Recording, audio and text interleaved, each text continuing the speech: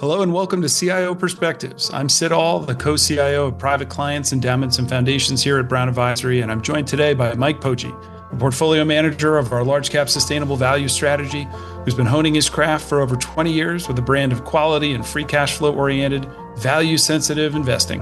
I'm excited to be speaking to Mike today to discuss a number of topics, ranging from the recent comeback in value investing, the prospects for high-flying software companies that have nosedived into his universe, and the recent struggles of quality investors and active management. Welcome, Mike. Thank you, Sid. Really happy to be here. Looking forward to it. I am too. I think this will be fun today. I'll start off with a broad question with you. What's it like being a value investor these past few years? Oh, okay. Certainly, it's been interesting the last couple of years. Naturally, as a value manager, you're always looking to what I refer to fish in ponds few other people are fishing in. As I talk about with the team, we're always sort of looking to lean into areas of unnecessary apathy, if you will. And I think that's the nature of value. But I think what's been interesting is really just given how much growth has outperformed value the last couple of years, is really that apathy is spread kind of to all of value and to a sector and a category overall. So it's being out on the road and talking to clients and prospects. I think what's been interesting, at least a couple of years ago, is a lot of times people hear the term value and they just assume it's a bunch of melting ice cubes. And or somebody put it to me once, yesterday's winners. We don't subscribe to that. We think there's a lot of very high quality companies within the value space, and value doesn't necessarily mean a sacrifice in quality, but the market has shifted certainly. So if you went back a couple of years in 2023, in US large caps, growth outperformed value by 30%. In 2024, growth outperformed value by 20%. And then last year it was just 3%. Certainly year to date, we've seen value outperform growth. I'm not certainly one that's going to call that a trend. We value investors remember 2022 and thinking that was a regime change, but that didn't last long. The last thing I'll say, just in terms of concentration, I think that's been one of the headwinds or things people have been thinking about. If you think about coming out of COVID, what led the market in 2020 and 21 was really healthcare and technology. And then after 22, you sort of had growth sell off. But then from 23 on, it's really been all in tech. And there's a lot of concentration just from the size of the names, but then also just the sector concentration. And we certainly welcome that because we think a lot of high quality companies in other industries have just been left behind and are finally showing up on our radar from a valuation perspective. Before we get into more, I'm really curious from where you sit and from your side. It has been a growth market for a long time. So how are your clients thinking about value today versus maybe they were a couple of years ago? Well, there's nothing like positive performance to change people's attitudes towards an asset class, Mike. As you say, maybe it's not a trend, but for a while, we've been preaching balance on this. I think it's easy to forget that for a decade or more, certainly coming out of the tech bubble and for many different decades prior to that, value investing was investing. And that was the strategy du jour for a very long time. And it's been a while now that it hasn't been. And we like to show charts to people of the very long periods of time that value has outperformed growth. And while we can never call a top for growth versus value, we could be at one of those moments, as we talk about a lot. The valuation of high growth stocks right now is in the 99th percentile, and the valuation of value stocks is far more reasonable. And just more importantly, when we're thinking about building portfolios that are going to be able to meet spending needs over long periods of time, we think about the fact that there could be a long period of time where value stocks outperform growth. And I very much agree with your comment that there's some really high quality companies that may not have incredible 15, 20% growth rates, but they are growing and their valuations are attractive. And we need that in portfolios. So we need people like you, Mike, out there hunting for these companies. We appreciate the work you're doing, and I'm glad you're finally getting a bit of appreciation for it. Let's talk a little bit about your investment philosophy, because there's a lot of different ways you can do value. As you said, a lot of people think about it as picking up dollars for 50 cents, the cigar butt value investing. That's not really your philosophy. What are you looking for in an attractive investment? You hit the nail on the head. Value is one of those words that means a lot of different things to different people, and there's many different flavors of value. How we define value and what we're looking for in terms of investment in our portfolio, we talk about the three pillars we're looking for. And those three pillars are free cash flow, capital discipline, and valuation. So first and foremost on free cash flow, we're looking for businesses that can generate consistent high levels of free cash flow. and we were focused on free cash flow yields on the equity. But when we look at free cash flow, we really think about that through two lenses. So from a fundamental standpoint and from a sustainability standpoint. From a fundamental standpoint for free cash flow focus, we tend to really shy away from very capital intensive businesses. And that capital intensity comes in two forms. You have capital intensity in terms of pure CapEx, so think oil and gas or metals and mining. But then you also have capital intensity in terms of capital markets. So regulated utilities and REITs, those are business models that are dependent on capital markets for debt and equity issuance to grow their footprint. Those are just high hurdles for us. So one of the metrics we really focus on in terms of when we're looking at a business model, because there's a lot of definitions also of what is quality. One of the metrics we focus on is free cash flow conversion. So of every dollar of EBITDA, how many pennies of that dollar fall to the bottom line in terms of free cash flow? The portfolio level is just under 60% currently. We're always trying to bump that up over time. And when we look for free cash flow from a sustainability standpoint, talk about a sustainable cash flow advantage. At its highest level, we're looking for companies that are leveraging sustainable business practices to either enhance the duration of their free cash flow or lower that volatility. And why is that important? Well, as you well know, Sid, that the market assigns high multiples to stable growing free cash flow streams. Visa, MasterCard, Microsoft, Procter & Gamble get high multiples year in and year out because of that stability and growth. So in the value space, if we can find companies that are leveraging sustainable business practices to either provide more visibility or lower that cyclicality that exists within value, providing those at the right prices, hopefully will be rewarded over time. On the last two pillars, in terms of capital discipline for us as equity holders, that really comes down to capital structure. We are big believers that just as much equity value is created or destroyed to the balance sheet or cash flow statement. I think a lot of equity investors tend to really focus on the income statement and earnings per share. We are equity owners here. We're not control shareholders. So if there is debt above us, we get paid last. And so we really focus on that. We like to get into the granularity of the balance sheet. And one of the ways we think about it is the market always likes to think about leverage metrics in terms of debt to EBITDA. And that at least is the metric that people focus on. But one of the things we look at is debt to free cash flow. And essentially that would mean that number is how many years would it take for me to essentially be debt free? And that obviously has high correlation to free cash flow conversion because you could have two similar leverage metrics, but if you have a lower free cash flow conversion business, it's going to take you longer to service that debt. The reason we focus on those things is we like financial flexibility. That is part of the bedrock of our value philosophy. And so tying that to valuation, the valuation metrics that we focus on, we really look at free cash flow yield on the equity, as I mentioned before. Look at enterprise value to EBITDA, because again, that pulls in the capital structure or any other hidden assets a company might have. And then we look at net leverage of each of our companies, aggregate that at the portfolio level. And when we think about new names coming to the portfolio, ideally, we're buying names that are boosting the free cash flow level of the yield of the portfolio, lowering the leverage and lowering the multiple. And these three together, we think is what forms our margin of safety dynamic. And we are just as much focused on the downside here within value as we are the upside, because hopefully the combination of a high free cash flow yield, a prudent capital structure, and undemanding valuation puts us in a better spot to potentially be rewarded over time. The last thing I'll say, just in terms of our value philosophy, because a lot of value managers focus on it, a lot of value managers focus on dividend yield. We really look at total shareholder yield. So we look at dividend yield. We also look at buyback yield of the portfolio. So just the way we think about our trailing 12-month equity shrink, if you will, we like capital being returned to us as shareholders. And on the portfolio today, we have roughly just under 2% dividend yield, but the buyback yield of the portfolio is just about 3%. So about a 5% total shareholder yield on the portfolio today. That's really helpful context. And I think sometimes people forget in investing just how important it is to avoid the mistakes, how much those drag down performance. Great to have big winners, but if you have one of those over-levered businesses relied on capital markets and capital markets shut down and they can't do the acquisitions they need to do to fuel that growth, or they simply can't refinance their debt, that wipes out a lot of the winners. Yes, it's called leverage for a reason. It does work both ways. And you sort of hone your investing philosophy over time, not from your winners, but from your losers. And just from my time of doing this for over 20 years, I think back to my biggest mistakes. And a lot of them have been big M&A with a lot of leverage or just leverage heading into down cycles and not having that financial flexibility.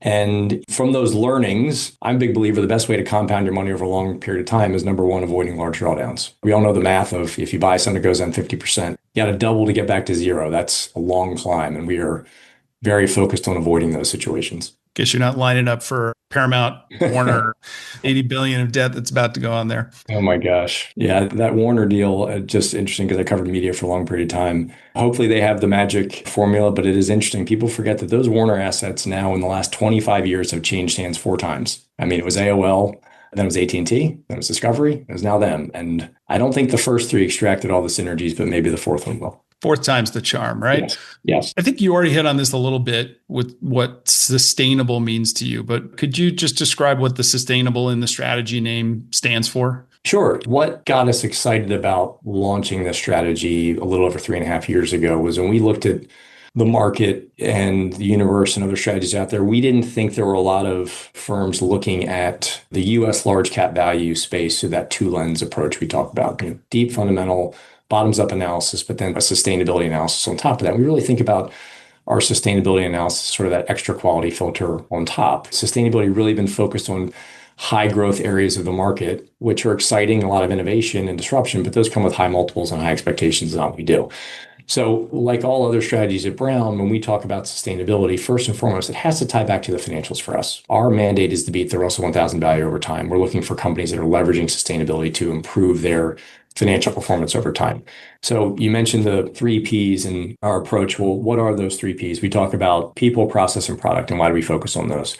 Things you learn over time through experience. I'm a big believer the management team of any company, at the end of the day, you're always going to be subject to outside forces, whether it's interest rates or geopolitical issues or tariffs or pandemics or what have you, things that you have to deal with in that seat, but you really have no influence over. And at the end of the day, I think any management team is really only in control of three things. And the three things they have influence over are the people they hire and the culture they foster, the process in terms of how they choose to run their business, and lastly, the product or service you deliver to customers. And that's kind of it.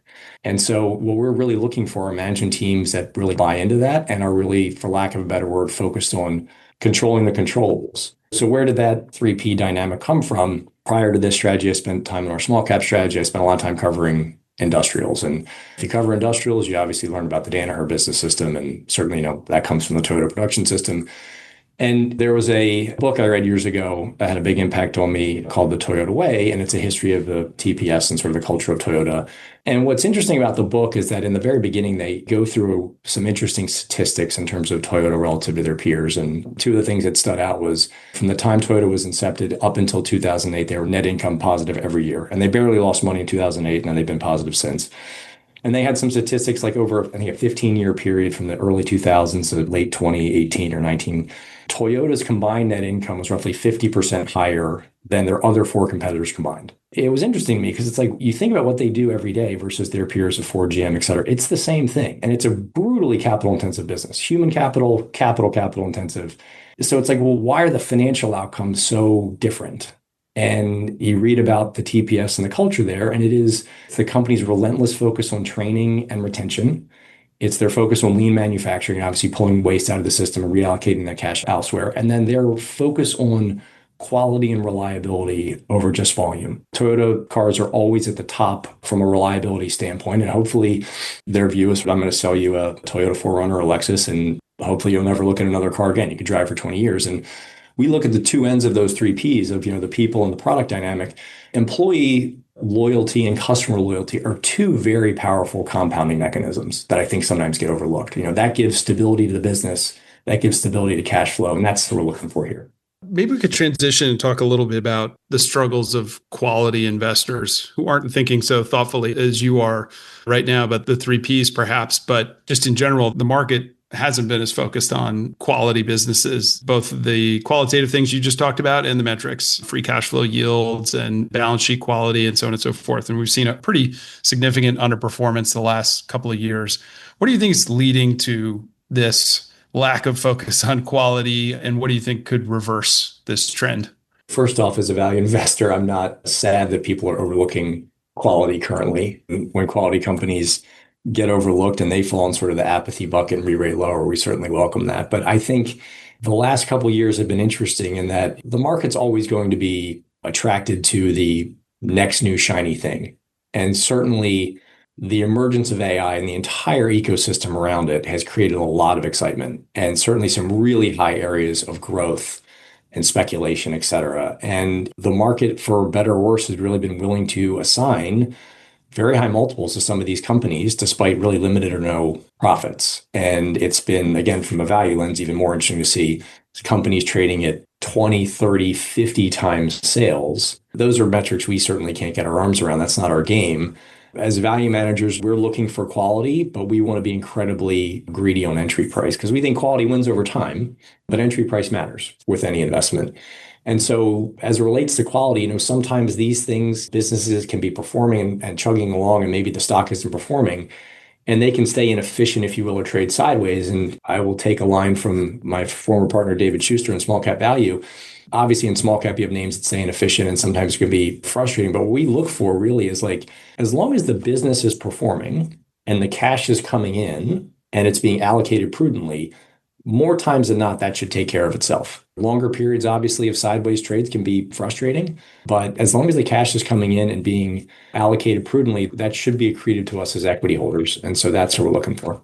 Yeah, I talk about this a lot. As a quality investor, the business is generating good returns on invested capital. You're producing cash flow. The business is growing. You're compounding value, and time is on your side. So the frustrating thing is you never know when people will come back around to it. But every year that goes by, the price isn't moving. It's getting cheaper and cheaper, and the future returns are getting better and better. And I think sometimes it's really hard to remember that when you see huge moves in fast growing companies. And I mean, I'm just thinking, as you were talking about valuation of a company like OpenAI, which is really hard to wrap your head around, but trading at certainly more than 50 times revenues, projected to burn $20 billion plus of cash.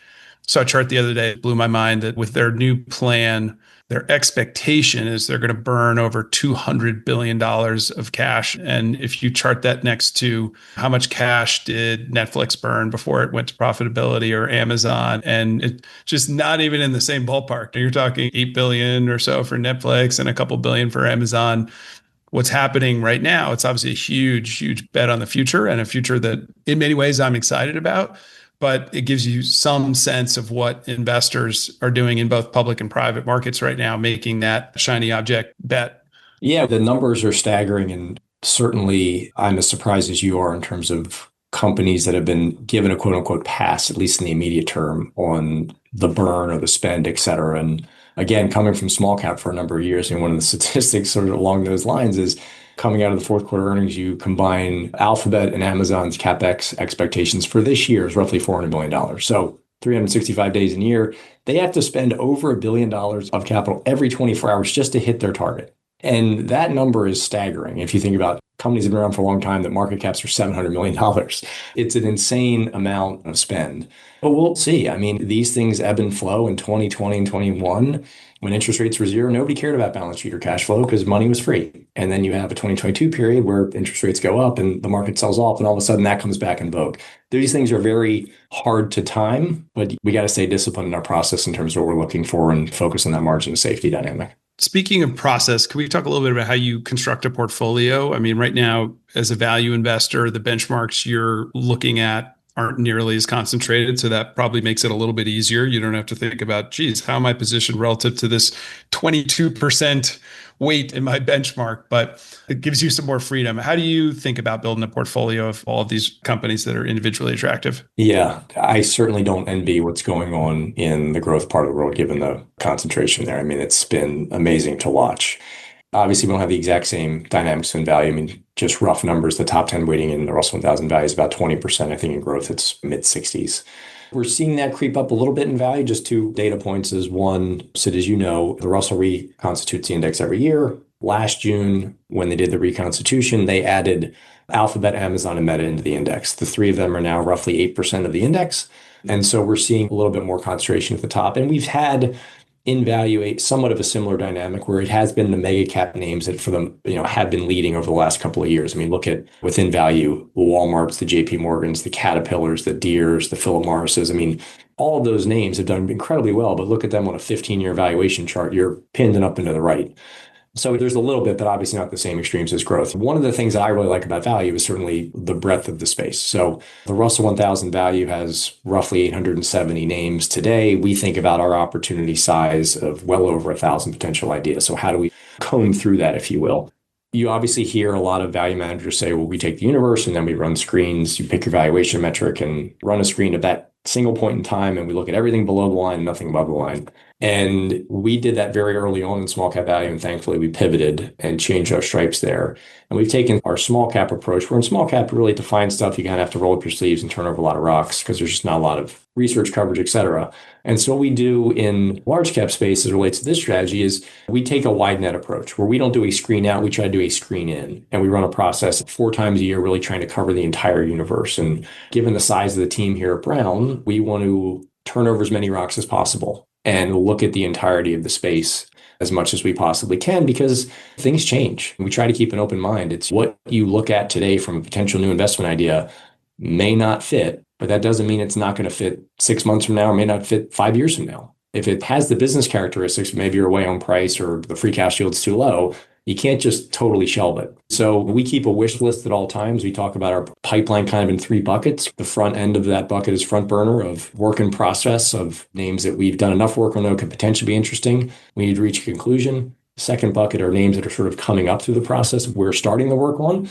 And then the third bucket is the most important, is the wish list, where we've done the work, we built the model, we know the team, and we're just waiting. And we've had some names on our wish list for 3 years and haven't gotten a chance. But I think that's the nice thing about value is that because of the maturity, more times than not, things tend to come back around.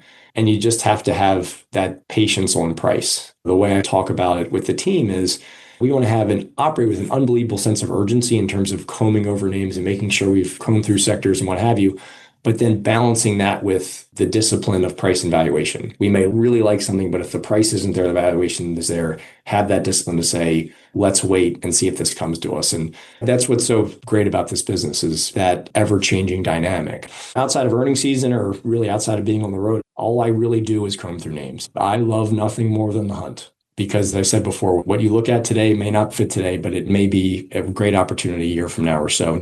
People think about active management, really, I think their mind usually goes towards active management being bets versus sectors or benchmarks or what have you. But part of active management is being active and getting on the road and seeing companies and turning over rocks and trying to find that next Venn diagram where price and quality line up and being able to move quickly.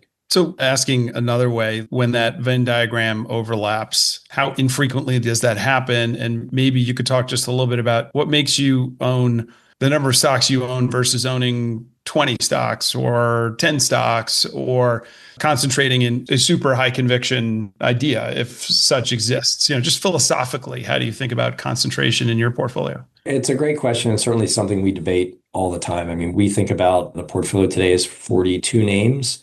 So a little bit more than some of our growth strategies. I think value is naturally going to have a little more names for 2 reasons. One, just the cyclicality of value and the not having the ability to own secular dominant growers per se. Then also that long tail within value of just more names and not as much concentration at the top.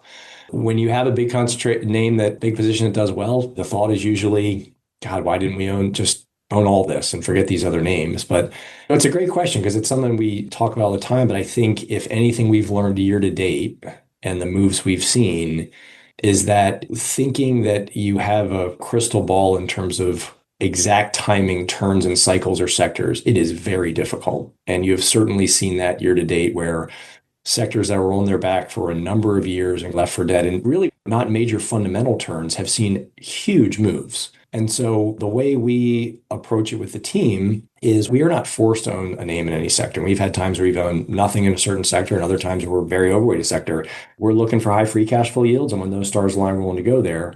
But I think it's hard to make very outsized sector bets because at the end of the day, predicting the future is difficult. And what we're looking for are businesses that, again, within value, are self-funding. And obviously all companies are self-funding at the top of the cycle, but are self-funding at the bottom and really have a competitive differentiation and can kind of weather both storms and have a capital return program that if things do get choppy, we can still sort of get paid to wait and they can play offense when other companies are playing defense. Yeah. The math tells you if you can find 100 great investments and put them together in a portfolio and they're in different sectors and doing different things, then you'll end up with a better risk-adjusted return. The question is, can you find those 100 and can you know them as deeply? I'm just always interested to hear people's thoughts on where they end up with that optimal number. Yeah.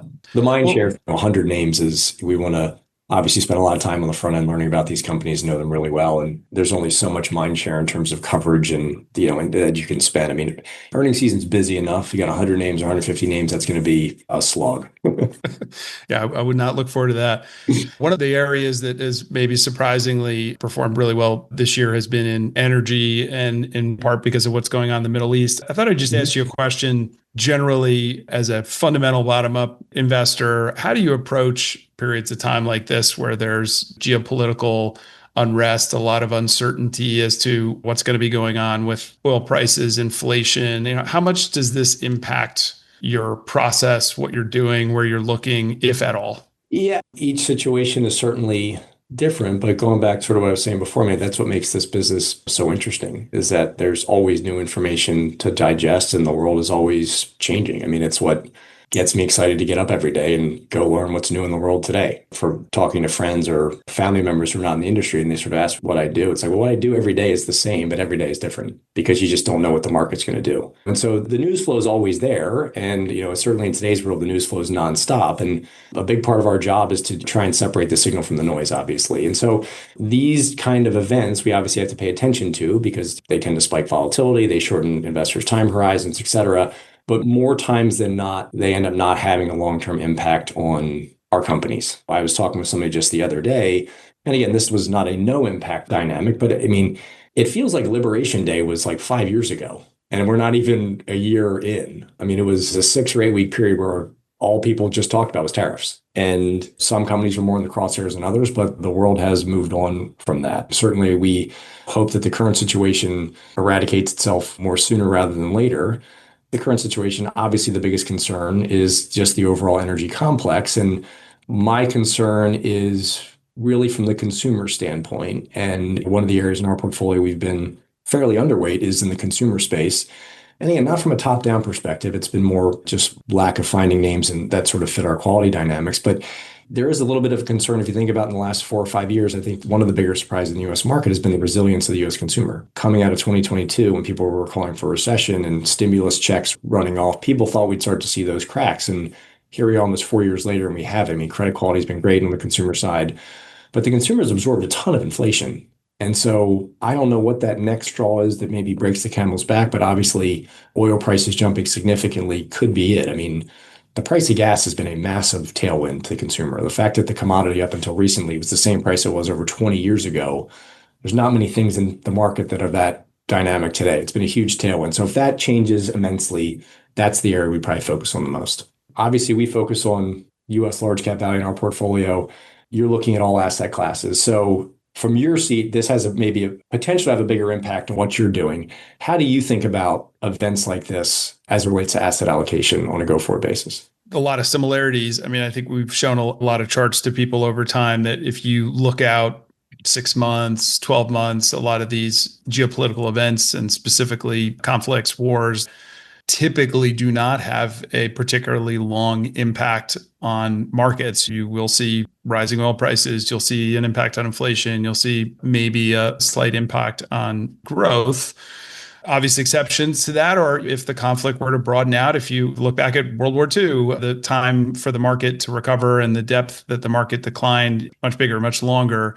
So clearly we're monitoring to see if we think this could expand and be a more prolonged issue. But I think this gets back to our conversation about diversification, having pieces of the portfolio that can perform well if economic growth slows. That's why you have your bond portfolio, having pieces of the portfolio that can perform well if inflation goes back on the rise again. And that's why we own real estate and infrastructure assets.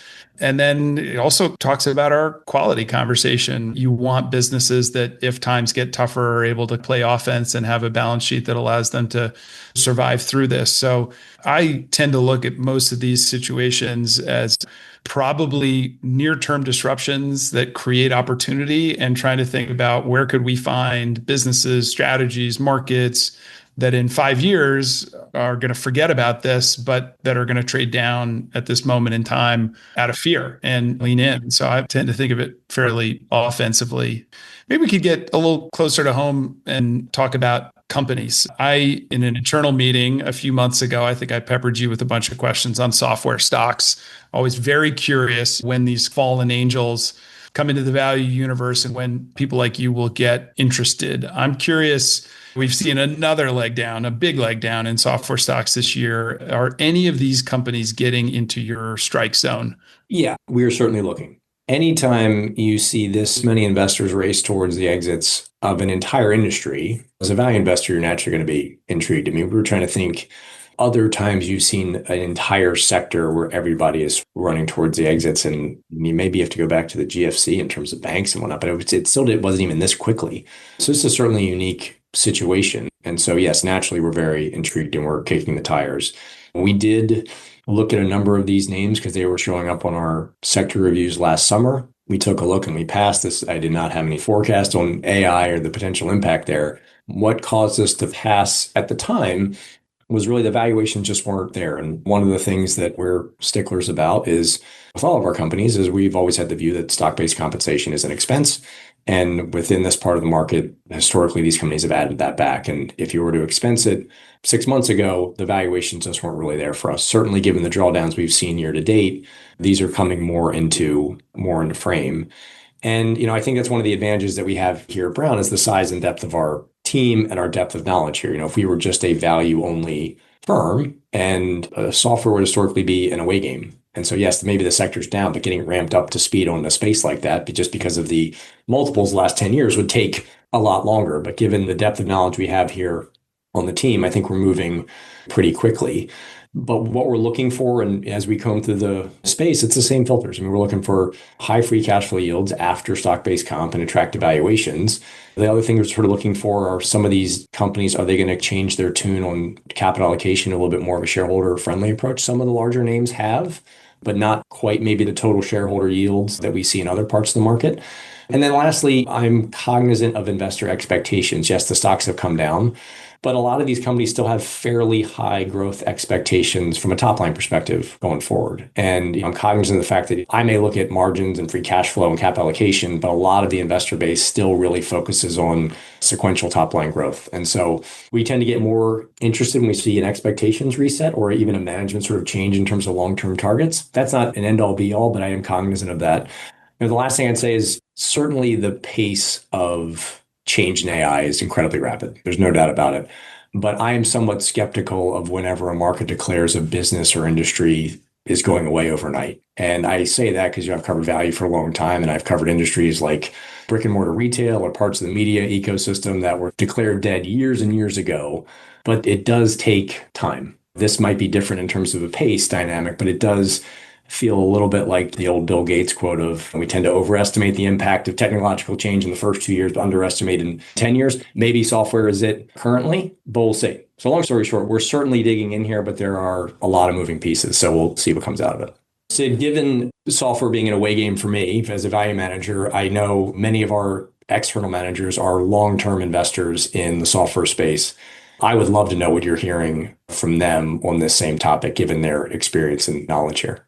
Yeah, well, first, I just think it's interesting what you mentioned about the speed of adoption. And it's interesting, you got CEO of Anthropic out there reminding people of this institutional latency, right? This takes time. It takes time to decide if you're going to rip out a system of record and replace it with something else. It takes time to get comfortable that you're going to have the same security that you had with your old system. It takes time to feel comfortable letting an agent loose to mess around with your code base. I mean, there's just so many things that I think big companies are going to take some time to sort out. And as you mentioned, I mean, I think about, like newspapers, yellow pages, some of these things lasted for so much longer.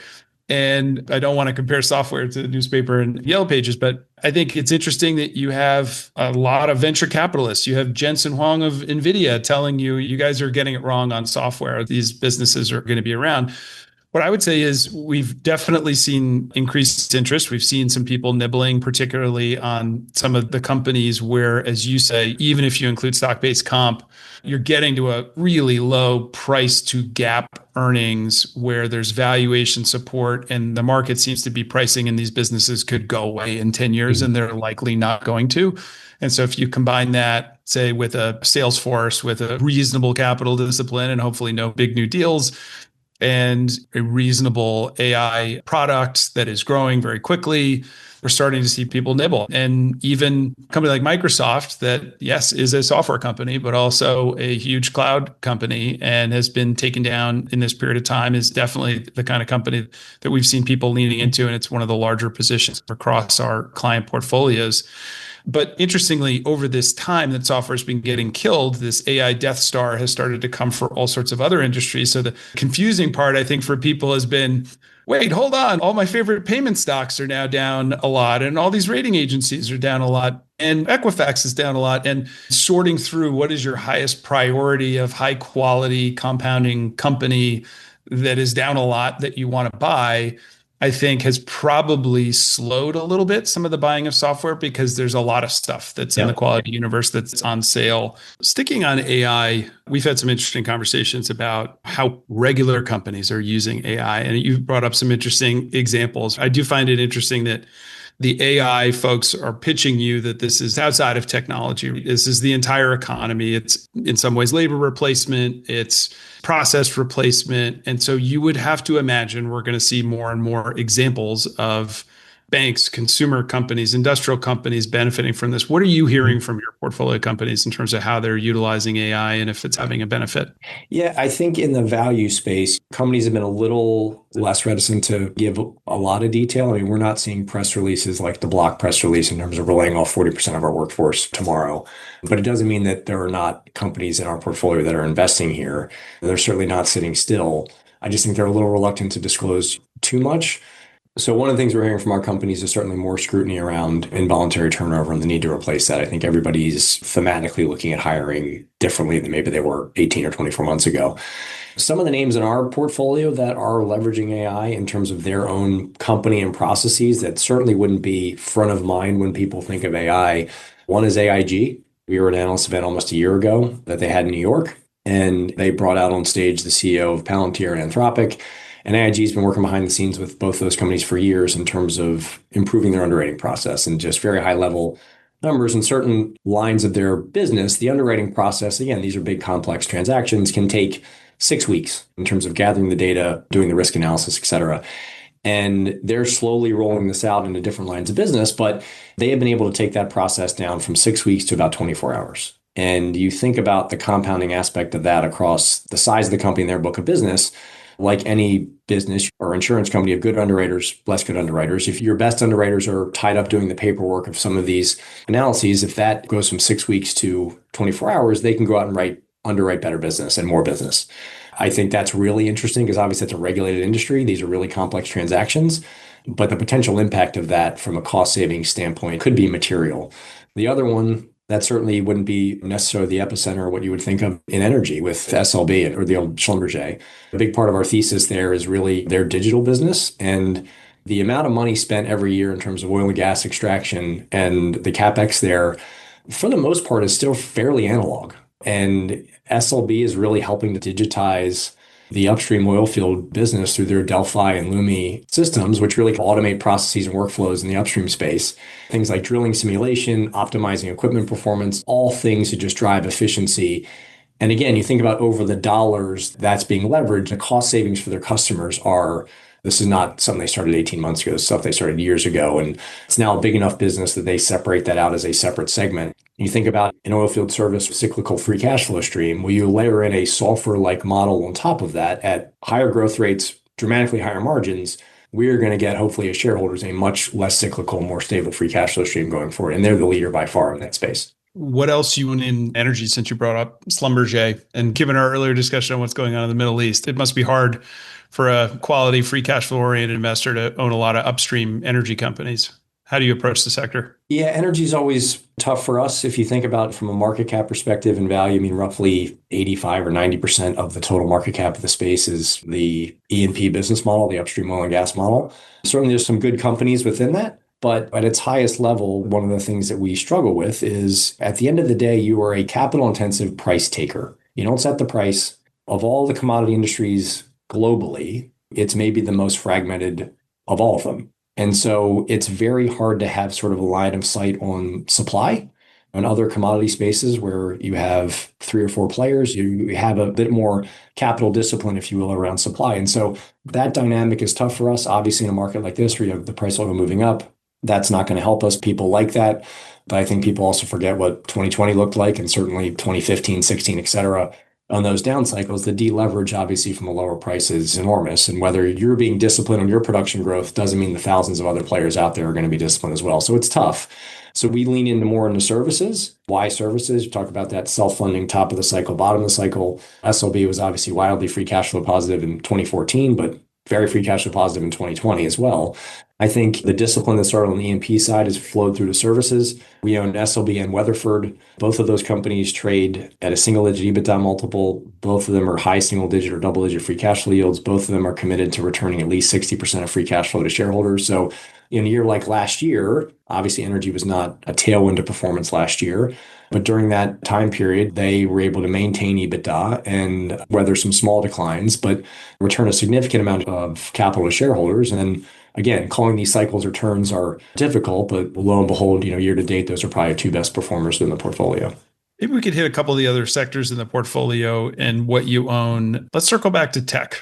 So within tech, it's probably not a surprise from a value perspective. If you look at our portfolio, we've leaned into more hardware and more mature technology companies versus cutting edge tech that generates headlines. Obviously, the market we're going to be talking about software may open up some new opportunities, but we, as I said before, tend to lean into areas of apathy and we look for catalysts for change. And so two of our biggest positions in technology in the portfolio are Dell, which I think most people know, and a company called Flex, which used to be the old Flextronics. So first off on Dell, we bought Dell in 2023. The view is obviously people think of Dell, they think about PCs, which yes, they're a dominant player in, but they're also the number one player in servers and storage. The catalyst there for us in terms of a change agent was they bought EMC in 2016. They levered up enormously while they were still private. And from 2016 to 2023, they've just been focused on paying down debt. And one of the hallmarks of Dell's business, they generate a lot of cash. I think they paid down over that time $40 billion of debt. They got to a point where they didn't need to pay down any more debt. And so that free cash flow is going to come back to us as shareholders. And so they committed to returning at least 80% of that free cash flow to shareholders. At the time, the stock was trading at 10% free cash flow yield. That certainly caught our attention. We didn't have any view on AI. The PC cycle was on its back. It was a very low valuation. We certainly like the setup there.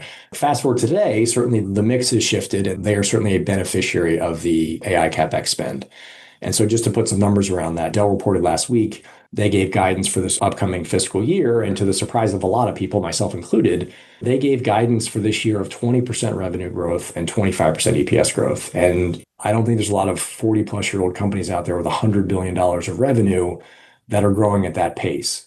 And a big driver of that is their AI server business. And if you look back 4 years ago, they had zero revenue in AI servers. This past year, they did 25 billion. And this upcoming year, I think they're going to do 50. So that business is growing 100% year over year.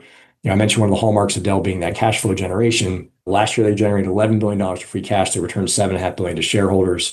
The share count was down over 6% year over year. So we're still getting that total shareholder yield. They just raised the dividend 20%. Despite these positives within the stock and that guidance, the stock still trades at about 8 times EBITDA and a 9% free cash flow yield, which again, we think is really attractive. I mean, most of that cash is going to come back to us. We like that valuation versus growth and free cash flow dynamic. Quickly on Flex, Flex is a legacy player in the EMS space or electronics manufacturing, or people think about it as contract manufacturing. It's a space that for post the dot-com boom was just on its back for a long period of time.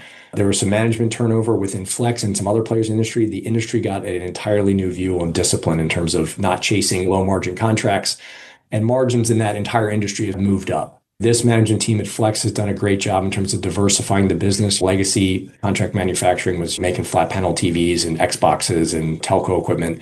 It's now way more diversified into things like auto and medical devices. And certainly they're benefiting from the hyperscaler CapEx in terms of rack builds and power management as well.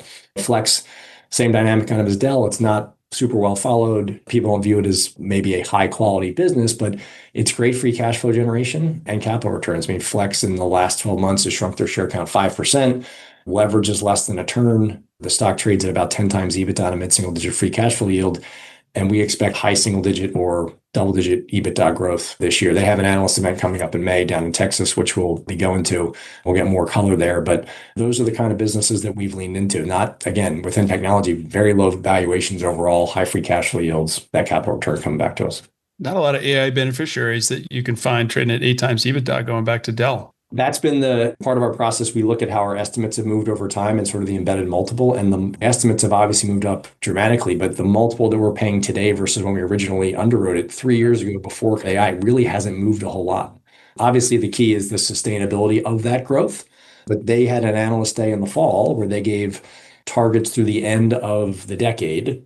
And again, a lot can happen there. We don't love long-term targets, but they talked about the business being 7 to 9% growth and 15% plus EPS growth through 2030. And again, not many companies out there with that algorithm, certainly not many at that scale. And to your point, at a single digit EBITDA multiple, time will tell if their estimates are right, but we like that algorithm. Pretty attractive. Your largest overweight today is healthcare. Can you talk through some of the names you own there? Healthcare is an area we leaned into pretty heavily last year. And I think no surprise. I mean, healthcare has been a huge underperformer in the US market the last 3 years. And really, we've found some really high quality franchises that have been thrown out with the bathwater, if you will, within healthcare. And we're really finding some of our best free cash flow yields within healthcare, which is if I went back 3 years ago, it would have been the opposite. So we've leaned in terms of some of our names. Our biggest position in healthcare has been a company called Cardinal Health. Again, a sleepy business. They are one of the big three pharmaceutical distribution companies. Between them and Cencora and McKesson, the big three have 95% share. Part of our thesis with Cardinal, again, a change agent, a new team coming in. The prior team had basically taken the cash flow from distribution and bought a lot of other ancillary businesses. This new team has kind of cleaned that up, reinvested in areas where they have scale and where they have sort of a competitive advantage in and focused the capital allocation. They pay a good dividend. They bought back a lot of stock. This has just been an area within healthcare that has been outside of those two headwinds in healthcare from either a policy perspective or tariff perspective, but then also the other parts of healthcare that have had that COVID hangover. Think of like tools and diagnostics, et cetera. They're a middleman, and obviously they're tied to healthcare utilization. And obviously, operational efficiencies in a low margin distribution business compound pretty quickly. And this team's done a really good job in terms of operating their footprint at a higher utilization and driving margin expansion there. One of the other names in healthcare that was certainly topical, we bought in the fourth quarter, viewed as healthcare, but this is one of those names that had been thrown out. We bought a company called Cooper Companies, which isn't probably a household name, but Cooper has two businesses. One, they're one of the big three contact lens manufacturers globally. Between them, Johnson & Johnson and Alcon, the three of them have 90% share. And then they have a women's health and surgical business. They're a leading player in the fertility space. For a variety of reasons, they had very high growth a couple of years ago. That slowed last year. The multiple compressed enormously, went from 20 times EBITDA down to almost 10. And while it's viewed as a healthcare company, for the most part, we view it as a consumer staples company. And why do I say that? I mean, I've worn contacts for 30 years. It's the first thing I put in my eyes, the last thing I take out. It's not really a discretionary dynamic. It's not something you really price shop either. There's incredible pricing power. And today, globally, there's 43 million people walking around with Cooper contacts in their eyes. And what was interesting, we were looking at the valuation analysis. It was a 10-year low from its absolute valuation perspective, but it was also the first time in history it was trading at a discount to consumer staples. And if I look at that business relative to some of the areas of staples and some of those businesses, I just, again, from a quality perspective, growth, et cetera, I think it's really interesting. The last piece of our thesis here is we talk about free cash flow. Contacts are fairly capital intensive. And the reason for that is the switch from people using monthlies to dailies. If you do dailies, you get 700 contacts a year. If you have monthlies, you have 24. Well, the manufacturing lines of those are capital intensive. And Cooper's been getting their daily lines up to speed. That CapEx ended last year. And so we're at a free cash flow inflection. They're targeting north of $2 billion of free cash flow over the next 3 years. And as we look at it, the only place that cash is going to go is to a little bit of debt pay down and a lot of share repurchases. And so we like that setup there.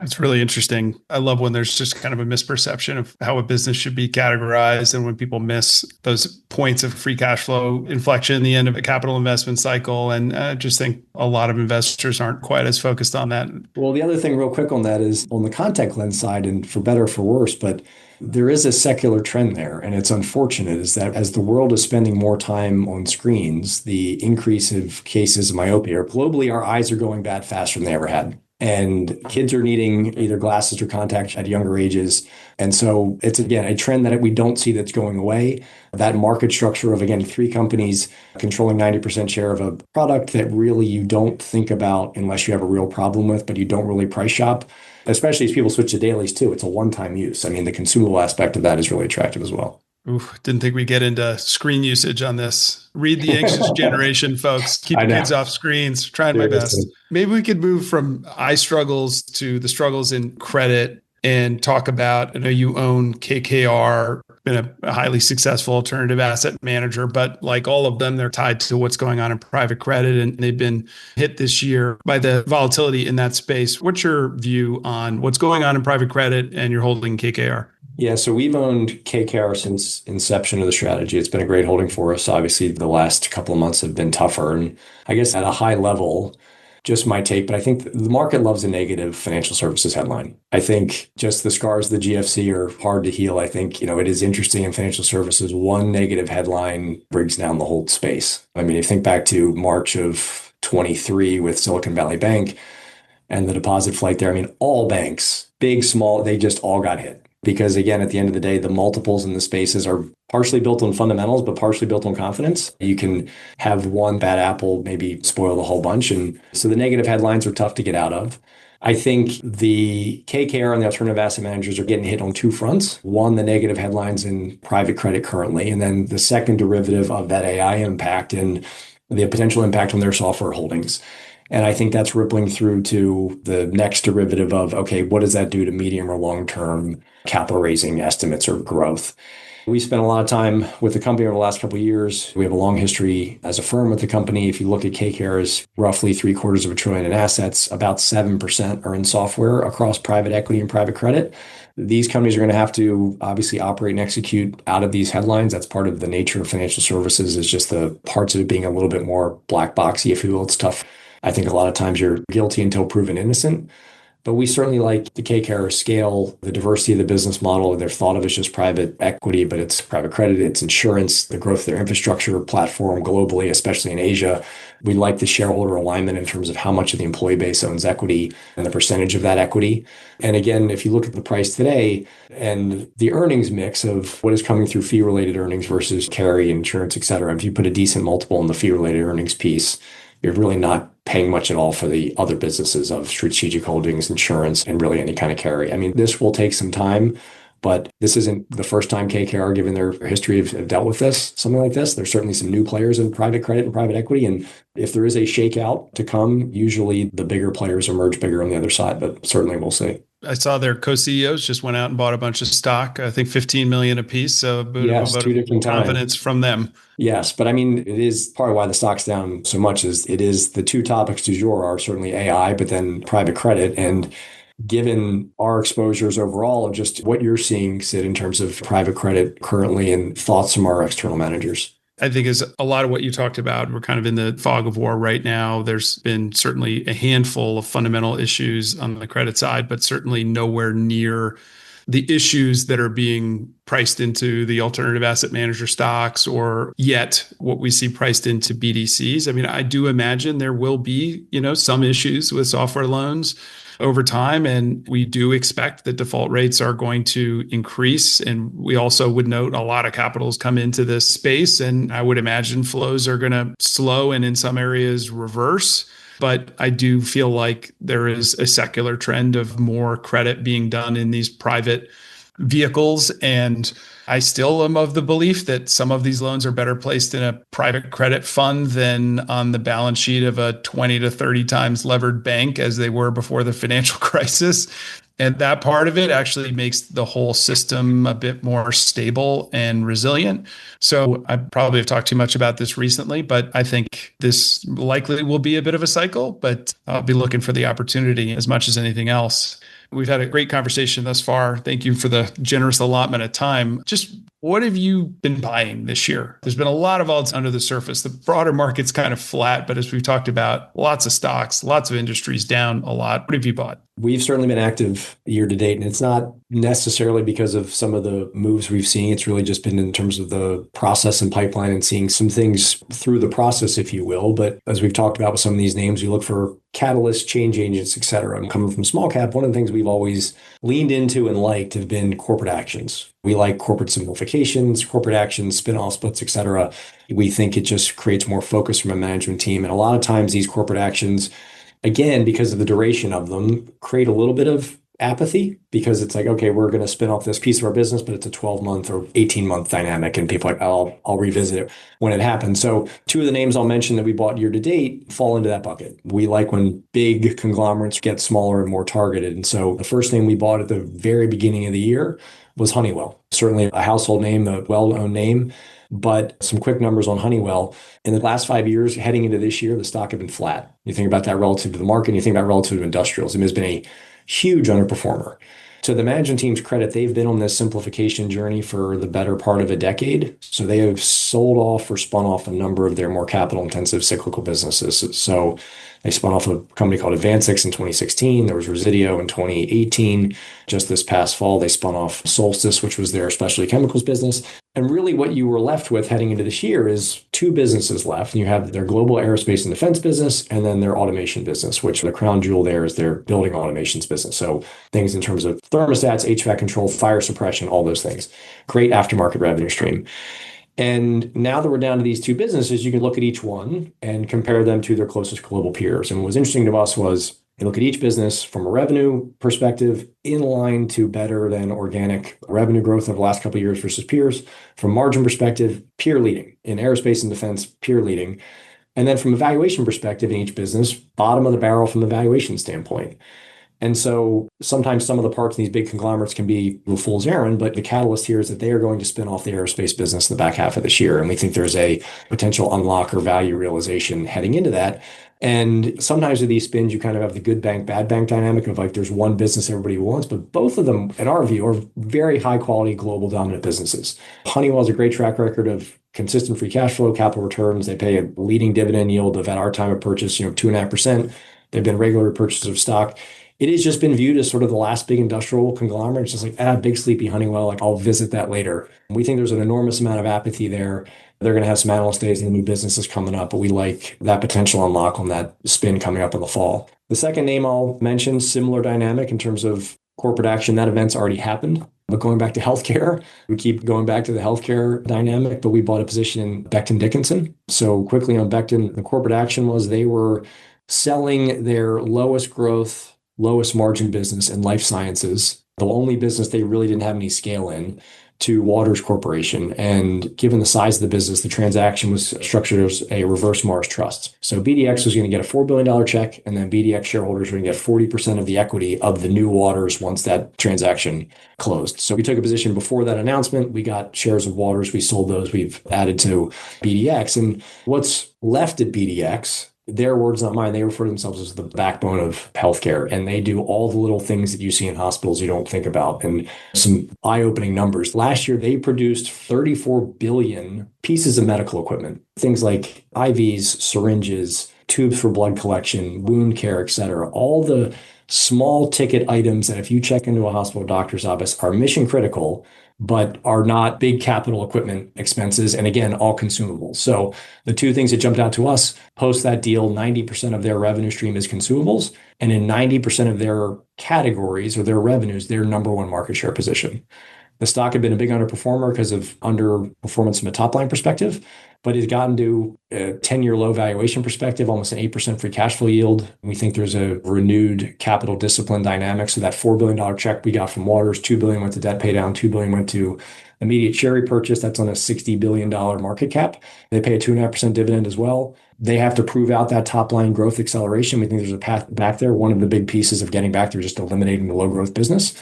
But yeah, those are the kind of things that we look for and we're excited about. And honestly, from a pipeline perspective, where we sit today, as a value investor, there's always opportunities out there. Yes, the market is up, but I always like to remind our team it is not a stock market. It is a market of stocks. And it is our job to try to find those names that have underperformed or lagged or getting really cheap and turn over those stones to find those opportunities. And so we are still excited about the opportunity set in front of us.